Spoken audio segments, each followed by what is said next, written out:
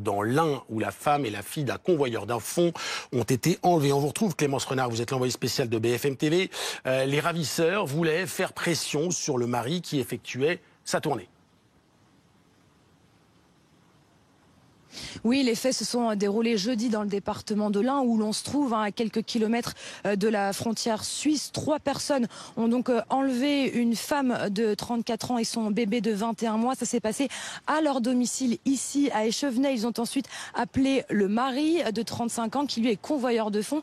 Il était au travail au moment des faits. Ils lui ont alors posé des questions précises sur son fourgon, également sur son trajet. On ne sait pas pour le moment si les malfaiteurs avaient pour objectif de dérober le contenu du camion. Ce que l'on sait en revanche, c'est que la tentative de vol a échoué sans que l'on connaisse les circonstances. On sait également qu'il n'y a pas de blessés. La femme et l'enfant ont été retrouvés sains et saufs. Pour l'heure, personne n'a été interpellé. Les malfaiteurs sont donc toujours en fuite et une enquête a été ouverte et confiée à la police judiciaire de Lyon avec l'aide de l'Office central pour la lutte contre les crimes en bande organisée. Merci beaucoup Clémence, avec Dorine Jarnias pour ces précisions en direct. Bonjour Jean-Charles Fonbonne. Merci d'être sur le plateau, général de gendarmerie, consultant police-justice BFM TV.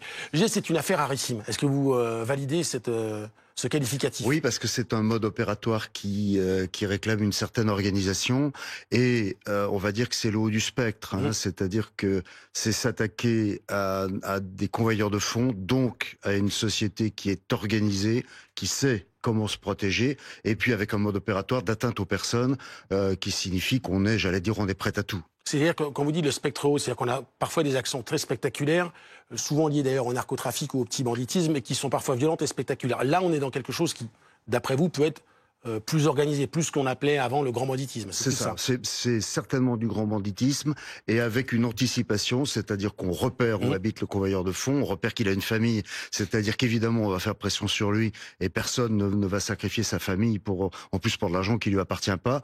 Donc c'est une concertation. On attend qu'il soit parti sur sa tournée. Ça veut dire que les gens qui ont commis cette infraction connaissent a priori l'ensemble des données qui vont leur permettre de voler, sauf peut-être une, puisqu'il semblerait qu'ils se sont rendus compte à un moment donné que les dispositifs de sécurité de l'entreprise n'allaient pas leur permettre de faire le coup. On est dans une deuxième phase désormais, puisque la première phase qui était la tentative a échoué. On recherche les filles. Comment ça se passe? Qu'est-ce qu'on va rechercher?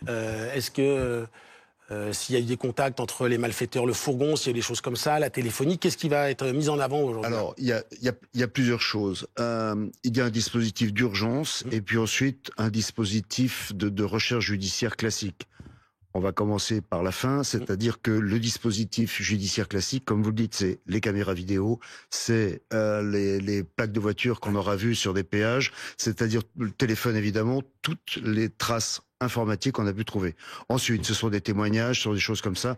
On imagine bien qu'ils ne sont pas promenés au milieu des rues, qu'ils sont arrivés cagoulés avec une voiture volée et que ça risque évidemment de pas donner grand-chose.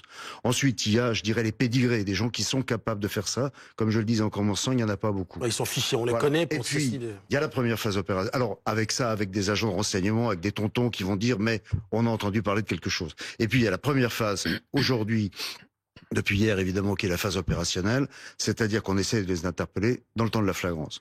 Là, comme ça s'est passé il y a 2 jours à Rennes, où il y a eu ces coups de feu, voilà, à Kalachnikov dans le quartier Villejean, les malfaiteurs sont partis et ils ont été interpellés par les gendarmes.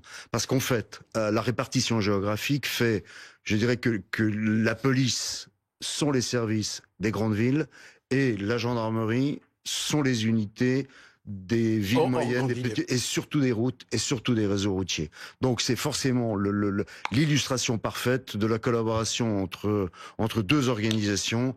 Les gendarmes sont prévenus, ils ont maintenant des tablettes informatiques. Dans quelques secondes, ils sont sur l'ensemble du territoire prévenus de la voiture, des éléments qu'on cherche et avec une chance de les attraper. 2 questions en une pour terminer. Qu'est-ce qu'ils risquent, ces malfaiteurs? Et est-ce que le fait que ça se termine comme ça, c'est-à-dire qu'ils n'aient pas le butin, qu'ils aient plus ou moins libéré le convoyeur, ça change quelque chose? Oui, alors l'enlèvement à la séquestration, c'est une infraction qui est tout à fait particulière en droit français, c'est-à-dire que c'est une infraction criminelle, mais si vous libérez la personne de votre plein gré, évidemment pas si le GIGN arrive dans la rue, à ce moment-là, ça devient un délit.